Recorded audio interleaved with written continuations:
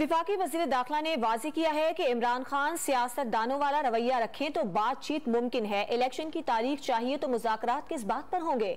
बातचीत होगी तो मुल्की मफाद में कोई ना कोई रास्ता निकल आएगा। राना सनाउल्लाह ने सोशल मीडिया पर अवाम के सवालात का जवाब देते हुए कहा कि धौंस और धमकी से कोई बात नहीं मनवाई जा सकती। लॉन्ग मार्च ऐलान के मुताबिक पुरअमन रहा तो सिक्योरिटी देंगे, वरना कानून हरकत में आएगा।